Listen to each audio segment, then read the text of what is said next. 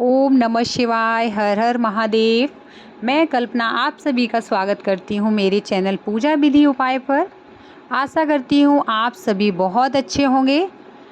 तो आज की वीडियो में मैं आपको बताऊंगी कि सावन महीने में पार्थिव शिवलिंग का पूजन कैसे करें और विसर्जन कैसे करें। तो आइए देखते हैं वीडियो में। तो आप सबसे पहले स्वच्छ मिट्टी लें, या आपके घर में कोई गमला हो तो आप गमले को साफ़ कर लें।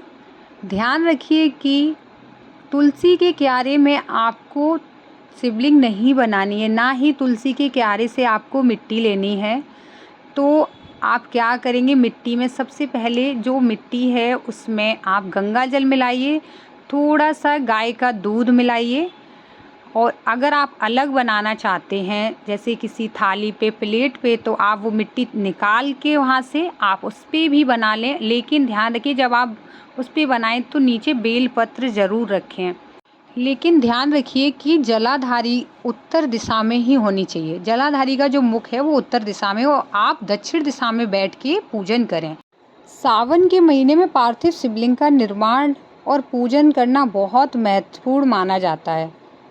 शिव पुराण के अनुसार यह पूजा धन, धान्य, आरोग्य और पुत्र प्राप्ति के लिए की जाती है। माना जाता है कि इस पूजा के मानसिक और शारीरिक कष्टों से भी मुक्ति मिलती है। तो मेरे हिसाब से सभी लोगों को, घर में जो भी व्यक्ति हैं, तो सभी को एक बार पार्थिव शिवलिंग का निर्माण ज़रूर करना चाहिए।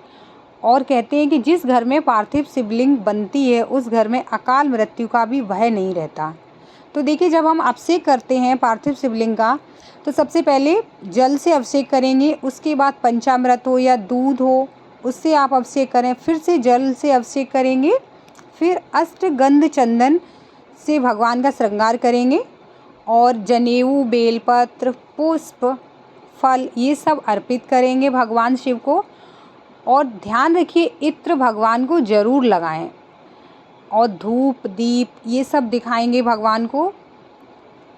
और अगर आप चाहते हैं तो घी के दीपक से आरती कर लें, नहीं तो आप अगर अलग से कपूर, लौंग से आरती करना चाहते हैं तो आप अलग से भी आरती कर सकते हैं, नहीं तो आप घी का जो दीपक आप जलाएंगे उससे आरती कर लें।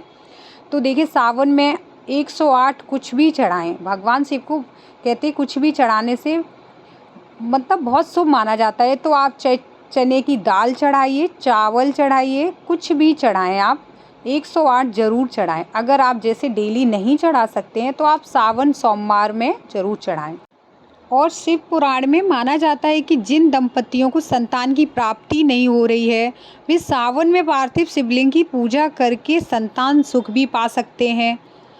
तो मैं कहना चाहूँगी कि अगर जिसको भी संतान नहीं हो रही है, तो अगर आप पार्थिव शिवलिंग के निर्माण से ये भी सुख मिल रहा है तो आप प्लीज़ ज़रूर करिए।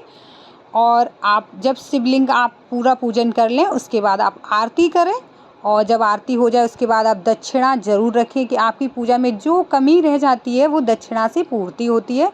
तो आप दक्षिणा रखिए। उसके बाद जब आप विसर्जन करें, तो जब आपका दीपक विसर्जन ले उसके बाद तो विसर्जन करें, उस समय आप ये जो पुष्प आपने चढ़ाए वो उसी में छोड़ दें, और बेलपत्र आपने चढ़ाई वो भी आप उसी में छोड़ दें। आप बस दक्षिणा उठा लीजिए, वो किसी भी मंदिर में आप दान कर दें। जब आपके सावन में पूरे सोमवार हो जाएं उसके बाद आप दान कर दें मंदिर में। और आपने फल चढ़ाए वो आप घर में सभी में फल प्रसाद के रूप में बांट दें। और जनेऊ अगर आप उठाना चाहते तो घर में अगर कोई पहने तो आप उनको पहना सकते हैं, नहीं तो अगर आपके घर में कोई नहीं पहन रहा है तो आप उसी में ही रखा रहने दें।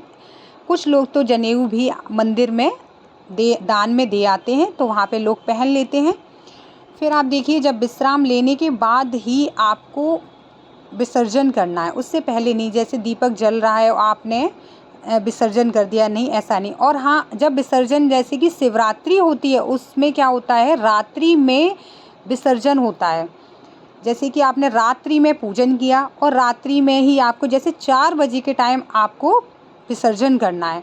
और जैसे कि और दिनों में आपको सावन सोमवार है कोई भी है उसमें आपको दिन में ही जब आप बनाएं तभी आप, जब पूजन हो जाए आपका 1 घंटे बाद, जब भी आपका दीपक विश्राम ले उसके बाद ही आपको विसर्जन करना है। मतलब देर रात्रि तक आपको शिवलिंग को घर में नहीं रखना है।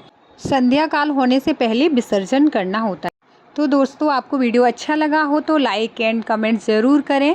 जो लोग नए हैं वो सब्सक्राइब कर लें चैनल को, बेल आइकन ज़रूर दबा दें, जिससे आपके पास पूजा से रिलेटेड नए नए वीडियोस पहुंचते रहेंगे। और दोस्तों, कमेंट बॉक्स में हर हर महादेव ज़रूर लिखें, ओम नमः शिवाय ज़रूर लिखें। हर हर महादेव दोस्तों।